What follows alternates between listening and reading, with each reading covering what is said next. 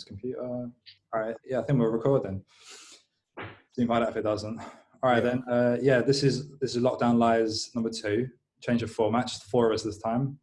And we have Sarah, Marvyn, and Tom. Hi, guys. Yay!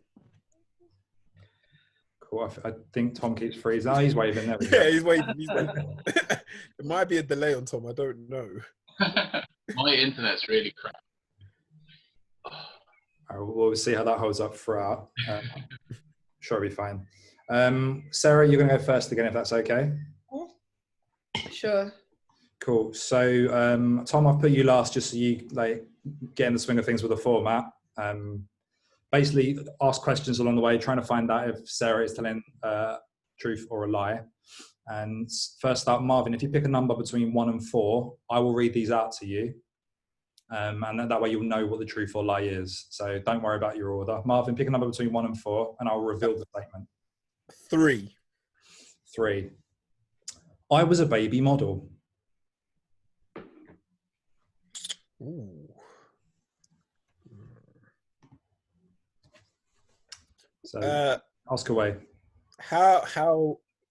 What kind of jobs did you have? What kind of things did you model? Right. Well, I was mainly a catwalk baby model. No, I did a local clothes shop in Bournemouth where I was a tiny little, but I say baby, about 18 months. So there was a local Finnish lady who had a clothes shop, and I used to do stuff for her. And I did one advert, which I think was for a Robinson's squash. Oh, yeah, Robinson's little toddler. Yeah. So would we be able to find this advert? Yeah. It's like, what do I YouTube to find this? What's the Google terms? Well, baby. Tom, I hate to break it to you, but when we were born, baby, we didn't have the internet. We used to take each other's word for things. And actually, TV, you didn't even record stuff because recording things was a precious commodity. It was only 90 minutes on a tape, Tom. Yeah, exactly. That on bloody adverts. No, there is I've got an advert of it somewhere. I've got an advert, a recording of it somewhere. I've got a VHS, but I'm sure if you look long and hard, I don't know. I might be credited under a stage name or just like baby number 2. I don't know, but I'm sure it exists somewhere out there. But no one wants to hear baby number 2. No one wants to. Hey. Do you? I guess you say you got recorded it somewhere. Do you remember the storyline or the plot of the ad? What happened in this ad? Well, no, we were part of it. I was part of a family. But the Robinsons ad, I was part of a family scene because obviously it was about kids drinking less sugar, which started becoming a thing in like the 80s and 90s. So they had all these kids around, and I was like the kids' younger sibling who was just sat there like waving their arms around. That was my modelling. But then for the lady in Finland, the Finnish lady who owned the clothes shop, I just did like sitting there and looking nice in weird summer clothes. I was very little.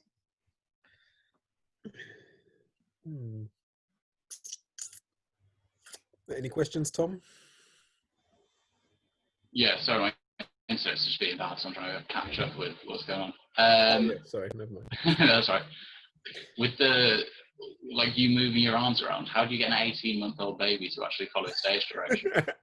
They don't. They just sit you there and hope that you don't vomit on yourself. You just basically have to sit there. But apparently, I was quite a nice kid, and the lady who'd had me do the things because it's my mum's friend. She was involved in like local kind of TV production, commercials, Amdram and stuff. So that's how I was involved in it. Because apparently, I was a nice kid, a nice I think when I was 18 months old, my brother was just born then. So it was a nice time for me to get a bit of attention. I was just hanging out, being cute, blonde hair, blue eyes. Very much in vogue in the telly world. Yeah, and the world. Am I right, Mark? In the world at large, yeah. On and off of telly. I'm not okay with it. I wasn't representative of the time. She was in a Hitler Youth thing for Robinson's. I could have been. Honestly, the picture of me as a baby, it's pretty children of the corn, I'll be quite honest with you. Babies do love holding an arm up. That's cool in the early 80s. Being really Aryan was still cool. Yeah, Rocky 3 had just come out. Very much. Yeah, exactly. Everyone really liked that wholesome Scandi look. That's just how it was. Don't hate the player, hate the game. My mum was just making sweet, sweet money off of it. That's a final minute for questions if anyone has any more. How long did this career last? Probably Do you about get anything 7 minutes. free from Robinson? Apparently we did. Apparently we got some squash trials, because also you have to remember, also Tom, when I was a baby, it was, I mean, centuries before you were born, and squash was quite a new thing. Squash was quite it wasn't like the mid 80s. They weren't even having so much of it, so it was just Ribena or nothing. So yeah, I think I had some t-shirts, and I had whatever the like kind of a sunshine faced little doll. Squash and VHS tapes were both very precious commodities in that time. They were. It's kind of a big deal. I mean, you had to be there, but it was kind of a big deal. How young do you think I am? You're very young. Aren't you like 24? No, I'm 25 and a half. 25, but I still remember the VHS tapes. Yeah, you remember them as things that were in your house. You didn't actually have to use them. It's like a serious joke. Someone's been to museums. All right, that's time, guys. Was Sarah telling a truth or telling a lie? What do you think? I'm gonna go with truth. I think it's true as well. There's just too much detail. Yeah. And Robinsons will take anyone in an ad. So. Not you, mate. Want to reveal the answer? It's not true. I'm just a really good liar. Oh, damn it. Yeah. Great. Okay. So, Tom, now that you get the format, you get to pick a number for Marvyn between 1 and 4. I go with 4. 4. My dad accidentally revealed he wasn't my biological dad at a family funeral. How old are you, Malv? I was quite old, actually. This was 8. You're 8. Well, I mean, I was like 14. Okay. Had you suspected? It's one of those that, like, I hadn't suspected that. I suspected that there'd been something in the past between my mum and my dad that didn't quite add up. You know, like when you're at family parties and like old relatives will kind of say stuff. And they'd only been together 6 years at that point. Yeah, exactly. And he was Chinese. Yeah, I remember when they met. Well, he'd been on a mission in space, so you know, I didn't get to see him that much in the early days. So, sorry, Tom, button at any point, but I'm obsessed with this story already. Who is your real dad? Sorry? Who is your real dad? Who is my real dad? Yeah. Oh, I've never met him, never had any. I don't know anything about him. Okay. Yeah. Did you ask your dad? Yeah. Was it the dead guy? Did you just find out at some random funeral? Was it the dead guy? No, it wasn't the dead guy. It was actually a dead woman. It was a funeral for one of my grandmother's sisters.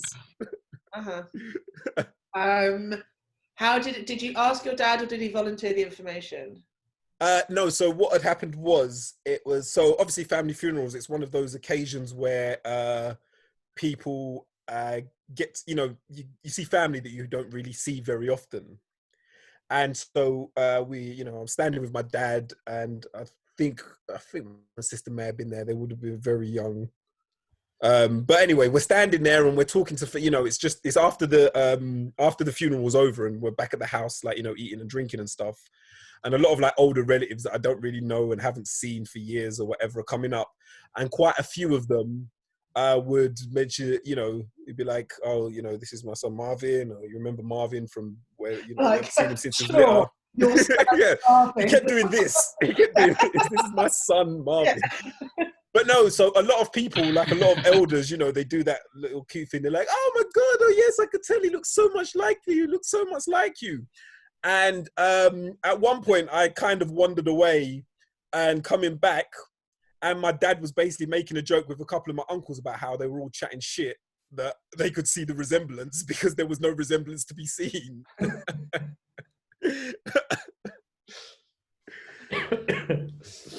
Are your mum and dad still together? Yes, yeah. My mum and dad are they're still together. They're still together.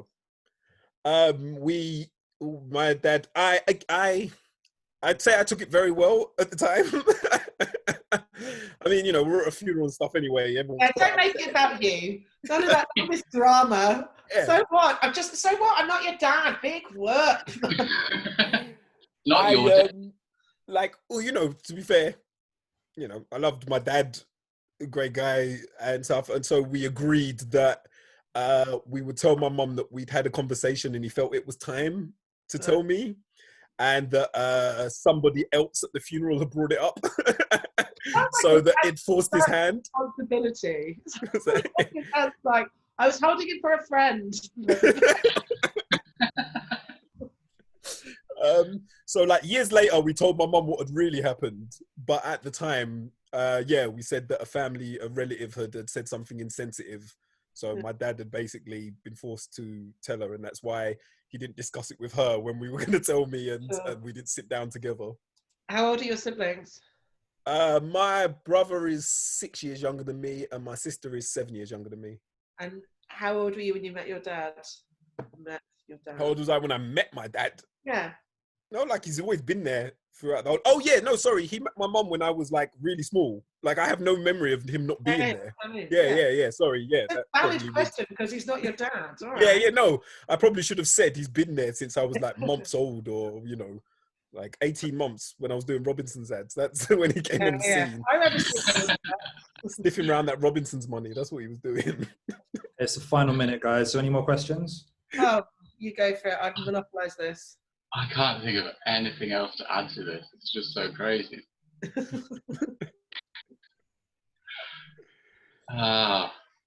So do you have your I don't even know. Do you have the surname of your non-biological dad there? So did it get changed? Oh yeah. I've got his surname. I was. Ling, isn't it? What's that? It's Ling. Yes, it is. It's Ling. It's Ling. And he's only like 5 foot tall, so it made complete sense of my height and everything. Yeah. I've got his surname and everything. Another, interesting tidbit, but I don't like. My mum lost my birth certificate. She lost a lot of. You do these things when you set fire to them. Birth certificate and change of name deed, which they were in a box of stuff that went missing. I think during a move when we moved off my estate into a house, and the solicitors where it all took place doesn't exist anymore. They went out of business or whatever. So, like when I turned like 16 or 17. I needed the change of I needed birth certificate and I needed the change of name deed. So yeah, I'd never actually asked to see my birth certificate for like the first 16 years of my life. I mean, you're not the only person who's had that happen to them, but that's another time. Why haven't I not seen my birth certificate, Mum? Fun story. All right, so that's time. What do you guys think? Is it truth or a lie? I think it's true. I think it's false. Marvyn, would you like to reveal? It is false. It is false. No, my mum met my dad when I was around 6. But the whole funeral thing is true. It's just that every family event, everybody would come up and tell me how much they thought I looked like my dad. Me and my dad would just sit there laughing because, like, again, they were older relatives that we didn't really see very often, so they didn't know that I wasn't his biological son. So hang on, you said it's false, but you've literally just said it's true. So you didn't accidentally reveal it, you just always knew. Oh yeah, I always knew. We didn't accidentally reveal Right. it. We just used to have a laugh at funerals when people used to come up and say to us like, "Oh, you look so much alike." We'd be like, "Yeah, all right, thanks." Just two black guys. yeah. That's the systemic racism that we're all learning a lot about at the moment. It's true. It is true. Yeah. True that. Okay. All right, Tom, you're up, which means Sarah, if you pick a number between 1 and 4. 1. Number 1. I met Mark Steele when I was 3 at a socialist workers' rally. Of course he did. Next one, of course he did. You mean the comedian guy? Yeah. Yeah. Comedian journalist guy. Oh, sorry, comedian journalist guy. Is he? I'm sorry, I didn't put enough feathers in his cap. Is he your biological father? I wish he was. Wait, because your mum was in a band, right? My mum was in a band. That has nothing to do with this. What do you mean it has nothing to do with this? That's what gave you access. Tom was a commit. I was a baby model. Tom was a committed baby socialist. It was a different time. Yeah. Socialism is the new modelling. Yeah, exactly. Now we talk about making money. They're talking about like diversity. We didn't have to get we had social. Yeah. Were you the face of like the pamphlets as a baby? All right, so yeah, go on. No, I was going to make some crappy joke. No, just so walk us through how this meeting happened. So there was a Socialist Workers' Party rally in Leamington because they were running a candidate for Leamington and Warwick, and so Mark Steele really wanted to come along for the cause because basically the rally was that John Prescott visited in 1998, and I was 3 then, so I am young, and John Prescott came and was doing a speech, and so we set up a rally to basically protest that because John Prescott's a boss. Did you set up a rally? I set up a rally to protest John Prescott in 1998 when you were 3. Yeah. Wait, did you say 98? Did you say you were 3 in 98? Yeah, I mean, I was busy doing my GCSEs and getting like fingered at house parties. So like, you're way more worthy than me.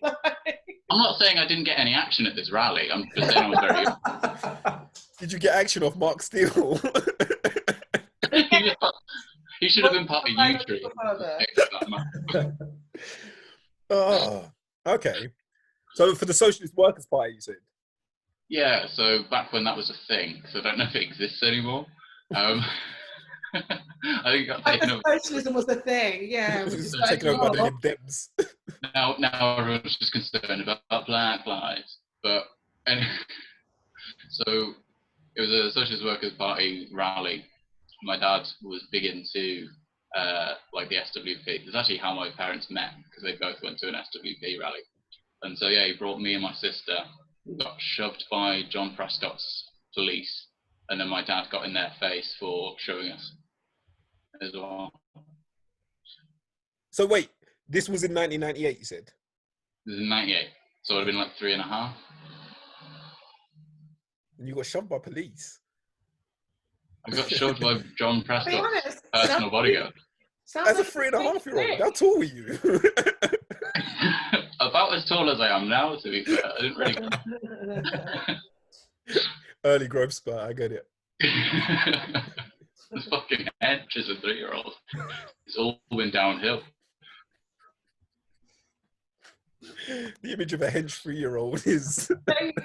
Do your parents have pictures on like the first iPhone or whatever was out at that time? This event? In 98, I was still on Polaroids at that point.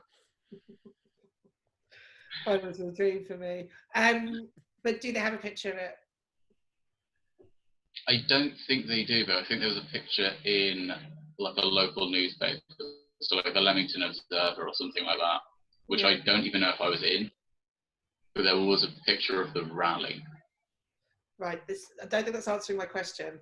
Why does do your parents tell this as a point of pride? Is this a cute story? I got shoved by John Prescott's I feel like the fact has changed here. Is it the Mark Steele thing? Or is it John Prescott's bodyguard? Because Oh, right, no. So I totally forgot about the whole Mark Steele thing. So Mark Steele was part of this rally, and then met him. Him and my dad were chatting for a while. We went to a Wetherspoons, and then got kicked out because me and my sister were 3 and 7 at the time. She might have been 8, not really sure. And yeah, they kicked us out after we bought drinks. And then Mark Steele wrote, he actually wrote something in like the Telegraph or something, and included how the Wetherspoons was awful. I mean, yeah, who knew? And all because they kicked kids out for not buying a drink. Wetherspoon's been around that long. Amazing. We'd already bought drinks though. Like He organised the rally and the we who's buying drinks. What are the fucking rules in the Midlands? This is ridiculous. We as in like a collective whole, not as in like me personally. He's a socialist. He's a socialist. Obviously, he's using the collective we. It's like the royal we, but oh dear, less lizardy. All right, final few seconds, guys. I feel like the story. Right, what do you reckon, Marvyn? Have you got any other questions?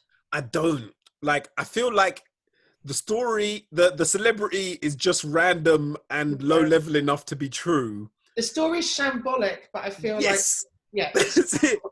I don't feel like we're getting any further into the detail because Tom's unconvinced, but I don't think that's lying. I think that's just Tom. Yeah. I just think he's shit at telling stories. I think he's just shit at telling stories is where I'm at. So what do you guys think? I'm shit at telling stories. What's that? You've seen my stand-up. You know I'm shit at telling stories. That is true, and that's why you get the benefit of the doubt. What do you think, Sarah? I think it's true. Yeah, I'm going to go with true as well. Tom? Yeah, it's true. Yeah. You really are bad at telling stories, dude. Although, if you ever get picked up by the police for anything, you'll be really good. You'll confuse the hell out of them with your story. If you ever need to come up with an alibi, it'll be completely true and they won't believe you. Yeah, exactly. And also false. And then you'll tell them another story at the same time. Oh, where was I yesterday? Yeah, sure. No, right now. The murder victim will switch halfway through the story. Yeah, exactly. I'm there with a kilo of cocaine, just like, yeah, Mark Steele was the socialist worker. Yeah, exactly. Oh, you don't get it. We were socialists. I was kicked out of Wetherspoons. He'll have a kilo of coke telling them about all this weed that he's moved. Oh, yeah. He's like, no, it was weed. It was weed. It wasn't coke. All right, the final round. So this is a round I'm calling Showdown. And what I'm going to do now is I'm going to read out one truth from one of you. And all of you are going to question each other, trying to work out whose truth it is. Mm-hmm. The person that whose truth it is, you get points from other people guessing incorrectly. So tell the story as best as you can, or tell the story as not bestly as you can. All right. Oh, if it's your truth. Yeah. Okay. Cool. So the truth is, my secondary school got in the national papers when a parent found the headmaster's secretary on an escort website.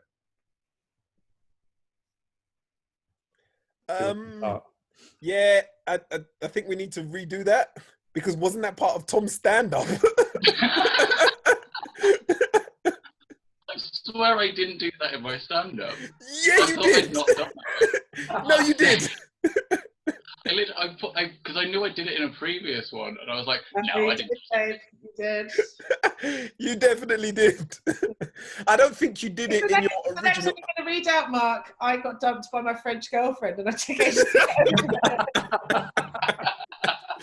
Because it tied into your whole political brothel thing. Yeah. Oh, did it? Yeah, it did. It was a year and a half ago, guys. To be honest, when I heard it, I was like, I think I read that story in the newspaper. I was like, oh, no, wait. I know where I've heard that story before. Yeah. Oh, I love how little attention I've been paying to Tom's then. The fact that it slipped through the net. Yeah. I will say in my defense, Tom, I think I was before you when we performed, and I was just like in a state of like, oh, I don't know what's on life. Like nobody gives a fuck after they've been on. It was just white noise in your ears. It was just like, oh my God, I did it.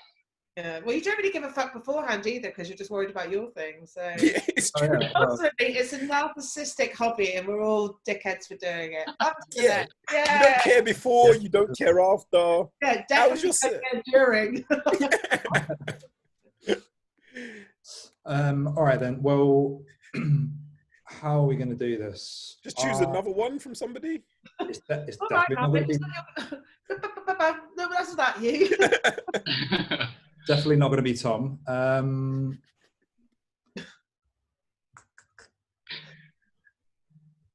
Okay. I've been on Blue Peter twice. Ooh. Was it as a model when you were 18 months old, Sarah? No, my TV career has been more than that. But it was yeah. I don't remember how old it was. So Tom, did you get any Blue Peter badges when you went on there? I got 2, and I got to meet Mark Steele. That famous Blue Peter presenter. Yep. I think with you being at Tom, it would have been Richard Bacon, who's like my ideal man time, just before the Coke Bender incident. Surely the Coke Bender incident just made him even more appealing. Oh God, trust me, that's where it started. That's It's where it started. Well, he can get it in copious amounts. That's great. Mav, what took you to Blue Peter? What diversity program? So, so the first time it was a school thing. It was like an art competition. Actually, you're saying what kind of diversity thing, but we did drawings of Santa. And I actually had coloured mine in as a black Santa with a brown Santa, a Atlanta with a black beard. I was particularly proud of that one, but for some reason it didn't get shown.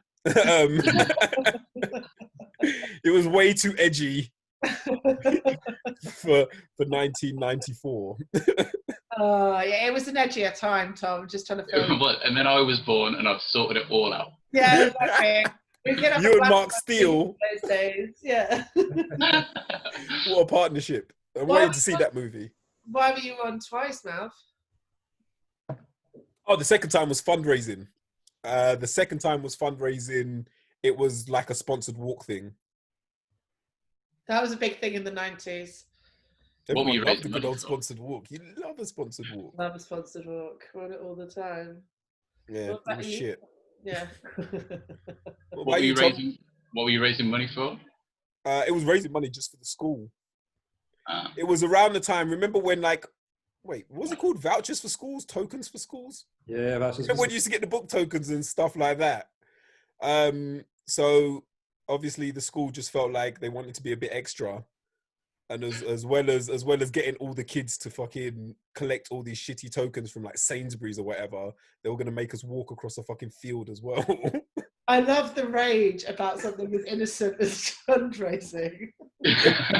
Being fucking Nazis with their You know, you got that little sheet of paper and you had to walk around and get it signed by all the neighbours. I am going to pledge 20p per mile or whatever it was. Yeah, I remember. What about you? Why were you on Blue Peter? Me? I was on it for, again, it was a school thing. I can't remember. We were chosen as a local school because we were in a partnership with a local farm that had just opened, and we were doing some like kids initiative there. We were quite young, but Long Down Dairy Farm had opened, and we went to that. And then another time I was on it because I was in a show.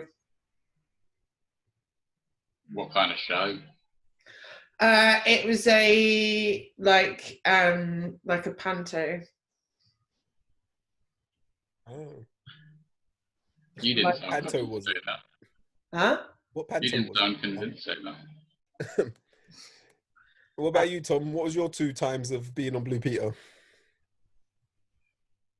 Mine was a random pro-Brexit thing that I did. This is deeply rooted in me. I'm not stand-up now.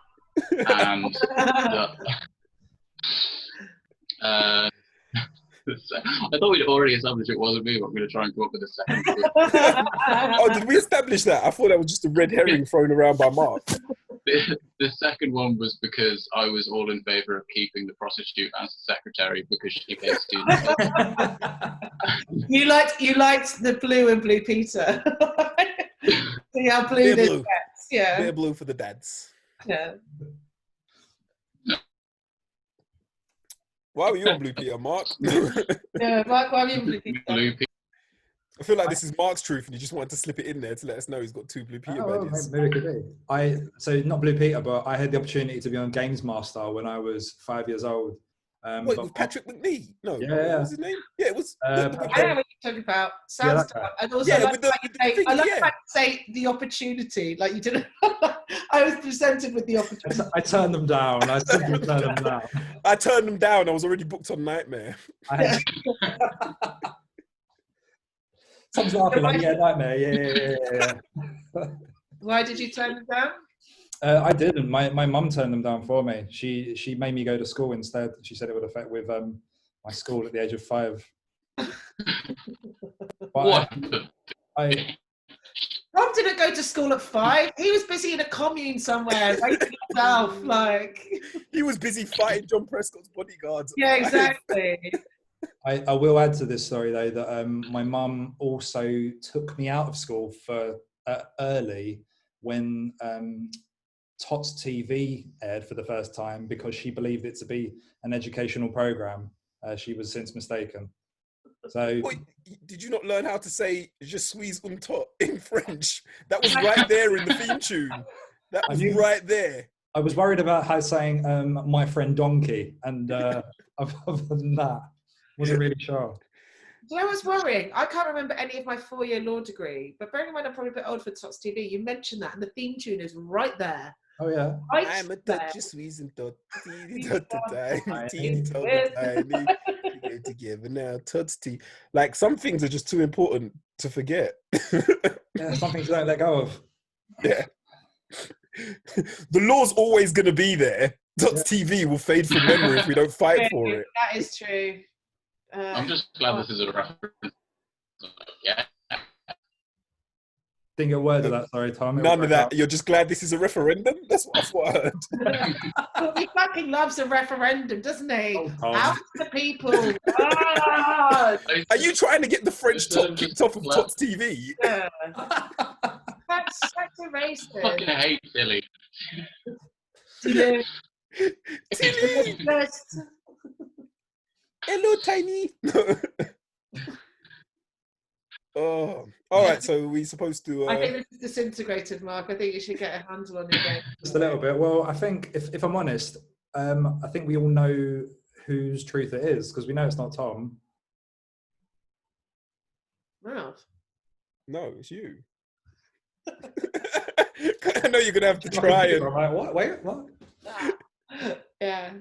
It's definitely Sarah. It was definitely me, obviously. I mean, look at this boffin. Of course, I was on Blue Peter twice.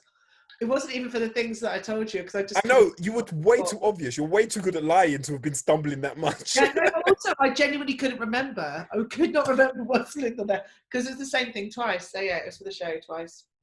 For the Panto show. Yes, which was a bit like a Panto. Oh. It was a dance show. Because we were in the world records. We're world record holders for the world's longest chorus line. Twice. So one in 92 and the other in 96. So did you lost the title and then you gained it back? No, it's just people didn't. So we did it in 92 and then we decided to get a bit of publicity. We'd re-break the thing. And now it's, I think at that point we were like 700. Is all the people in the show dancing and singing at the same time in the same routine. Not like Yeah. And then, yeah, I think it's now up to like 2,000 or something, which is just absurd. I mean, we were pioneers. So. I mean, I don't know. I'd have preferred the whole, like, you're never going to make a Hollywood movie out of that. I'd have preferred the whole we lost the title and we had to work to get it back. Yeah, I mean, it wasn't like the Mighty Ducks. It was pretty naff, but, you know, they're TV, so... You going around recruiting people into this chorus line and you got the ex-chorus line dancer that swore never to do it again. Yeah, exactly. And then there's people from a chorus line who all were black, so we know they're the baddies. And then, you know, we've got people in our chorus line who like missing legs, who are deaf. people who used to be scared of chorus lines but now in it because they overcome their fears. I mean, yeah, I get it. I get the Hollywood tale, but I'm sorry, it just wasn't like that. It wasn't like that. It happened in the 90s. I was imagining more like a really weird version of Bring It On. That's what I was thinking of as well. That's what I was thinking of. Yeah, I was trying to. No jokes. Sorry, but that would be ideal. I got too excited of that. Oh my god, I want this one. Bring it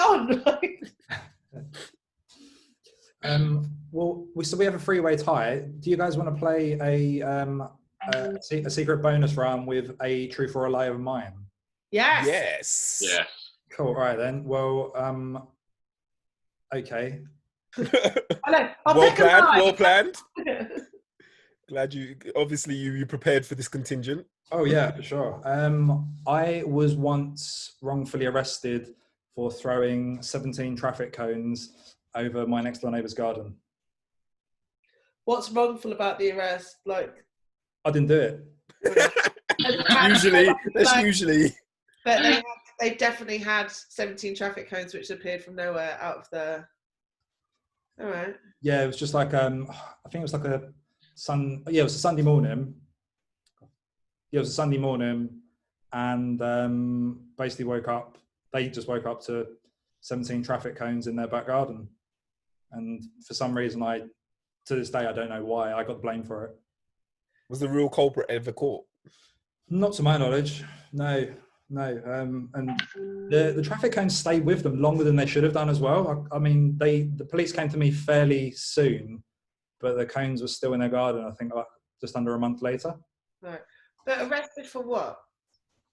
For just like, it's illegal to steal traffic cones. So I assume that it come from like a construction place or like where it's blocking a road thing or something. Right. Did your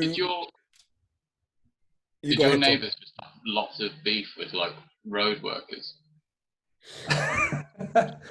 He was just a bit of a horrible man. Like he was obsessed with like DIY to the point like 11 o'clock at night you would always hear him like drilling and banging, and then not in the good way. He had like a really loud dog as well, barking called Bruno. I don't know. He was just not a very well liked man, so maybe that's why someone did it. I really don't know. I was like, you didn't like him, Mark. Yeah. Motive. I mean, growing up in the family household, none of us liked him, so maybe it was my dad. You say wrongfully arrested. I feel like maybe rightfully arrested, but got away with it. This is the confession right now. So did you live near like roadworks or something like that? These cones, 17 cones. I think Were they driven in by police to make it look like rioters and protesters were throwing traffic cones? Yeah, the police planted by the police. No, we sort of lived like a road over from like not a main road, but a fairly well driven down road. But there was no like roadworks around that side. There might have been some the other side, but that's about 5-minute drive away. There's, to my knowledge, no roadworks nearby. So this would have been like 17. This would have had to have been well orchestrated. Yeah. And not anywhere close. What did your dad do for a living? My dad used to work in the print industry, so he would just print 3D printing traffic cones. that's what all the orange paint on his hands is all about. Was it just like roll bits of paper? Did you make them in primary school? Were you on Blue Peter for making 17 traffic cones? Halloween hats that went to a new home. So what point were you arrested? Sunday morning. Oh, sorry. How old were you? How old was I? I've been 19, I think I was. 18, 19.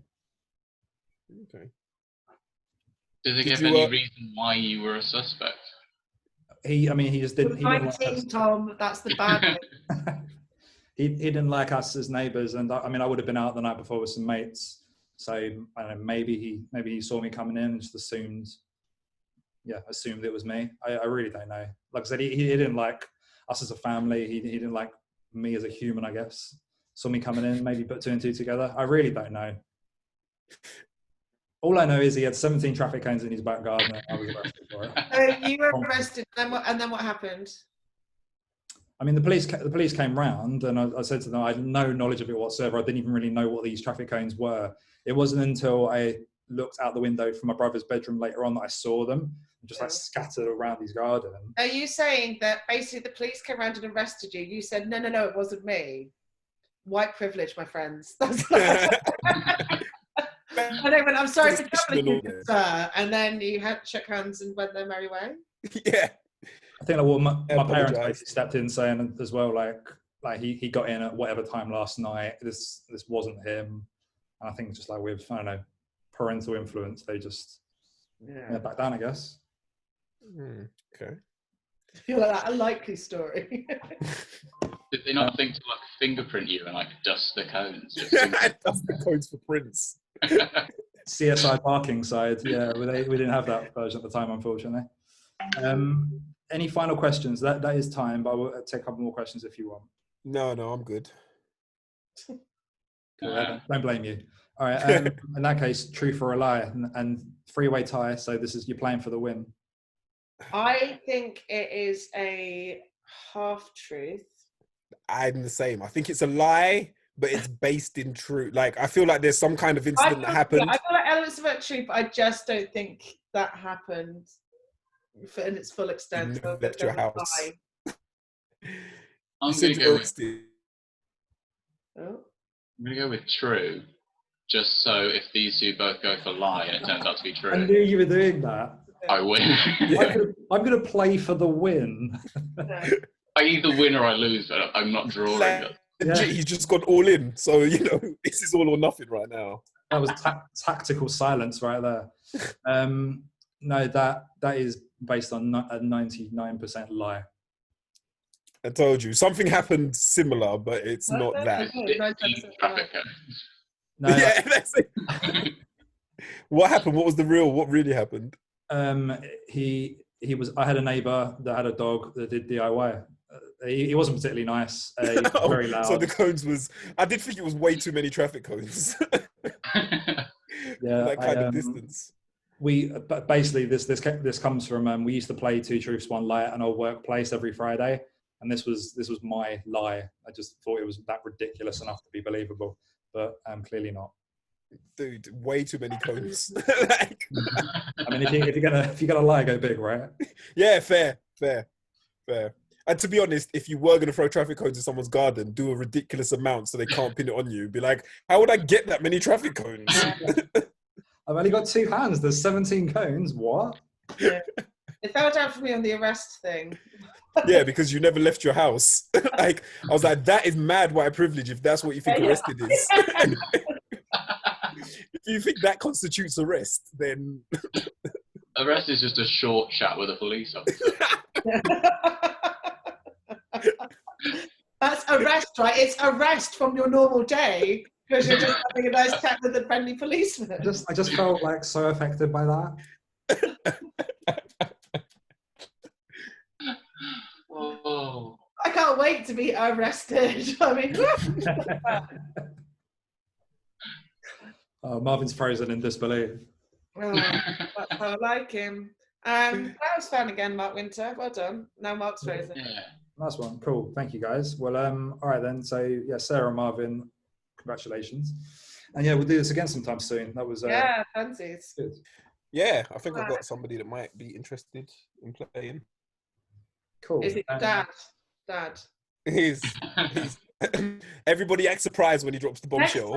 Next time I want Richard Bacon, your so-called dad, and Mark Steele on the Don't bring a friend. Well, funnily enough, another worker party union, and those 3 helped me beat up John Prescott. It was amazing. I don't know what you're saying, but I love it. All right. Thanks, guys. Speak soon. Cheers, See you later. Thanks a lot. Bye. Yeah, good times.